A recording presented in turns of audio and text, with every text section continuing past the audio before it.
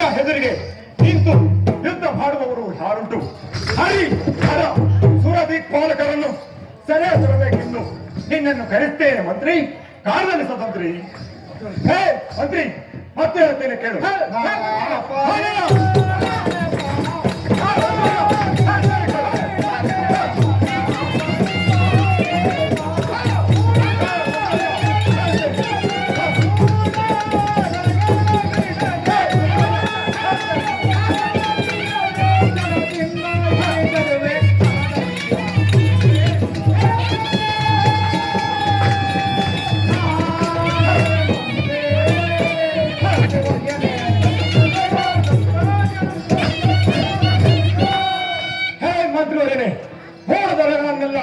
ಹಿಡಿದು ತರುತ್ತೇನೆ. ಕಡಿಮೆ ಮಾತುಗಳನ್ನು ಹಾಜರೆಯ ಮಂತ್ರಿ. ಕಾರಣದಲ್ಲಿ ಸ್ವತಂತ್ರಿ. ಮಂತ್ರಿ ಮತ್ತೆ ಹೇಳ್ತೇನೆ ಕೇಳು.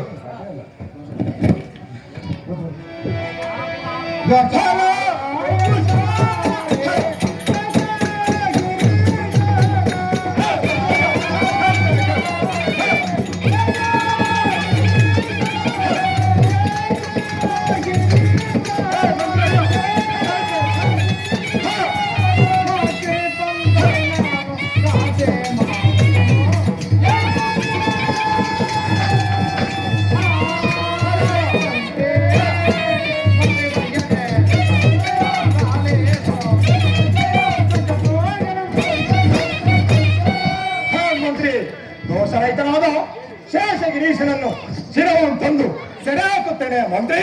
ಕಾರಣದಲ್ಲಿ ಸ್ವತಂತ್ರಿ. ಹಲೋ ರಾಜೇಂದ್ರನೇ, ಹೇ ಮಂತ್ರಿ ಹೇಳುವಂತರಾಗು. ಅಯ್ಯ ರಾಜೇಂದ್ರನೇ, ಹೇಳ್ತೇನೆ ಕೇಳು. ಭಗವಂತರಾಗು.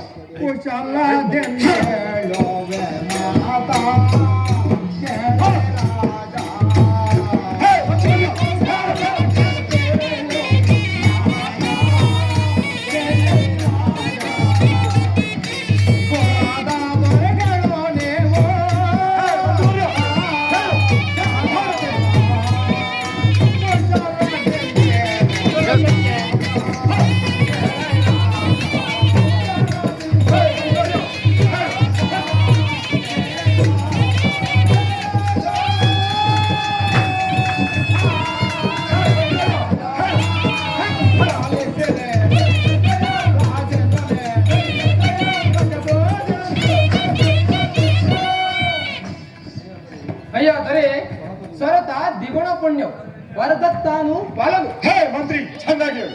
ವರದತ್ತೇಸ್ಯ ಅರೇಣ ಸ್ವರತೇಶ ನಿಶಂ ಫಲಂಭವತಿ. ಅಂದ ಹಾಗೆ ಅಯ್ಯ ರಾಜೇಂದ್ರನೇ, ಮಂತ್ರಿವರ್ಯ ಹೇಳು. ಹೇಳ್ತೇನೆ ಜಾಗ್ರತೆ ಕೇಳು. ತಾನು ದಾರಿಯನ್ನೆರೆದು ಧರ್ಮವನ್ನು ಮಾಡಿದರೆ ಅದು ಎರಡೂ ಬಗೆ ಧರ್ಮ ಉಂಟು. ಅಯ್ಯ ರಾಜೇಂದ್ರನೇ, ಅದು ಹೇಗೆಂದರೆ ಚೆನ್ನಾಗಿ ಹೇಳು.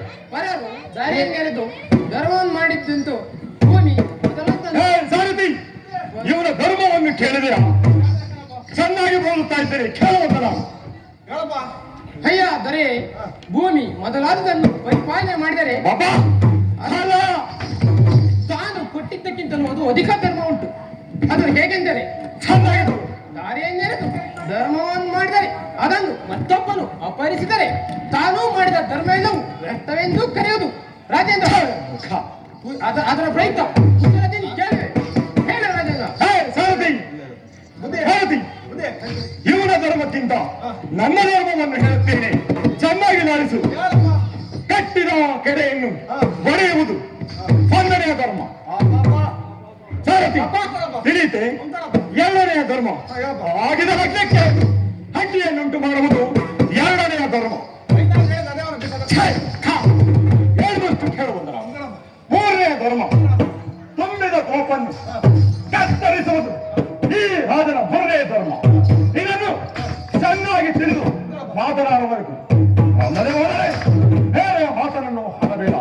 ತಿಳಿತೆ ಸಾರಥಿ, ಈ ಮಧ್ಯವರೆಯ ಮಾತನಾಡುವುದನ್ನು ಧರ್ಮದ ಬಗ್ಗೆ ನನಗೆ ಹೇಳುವುದೇನು, ನಾನು ಕೇಳುವುದಾದರೆ ಏನು?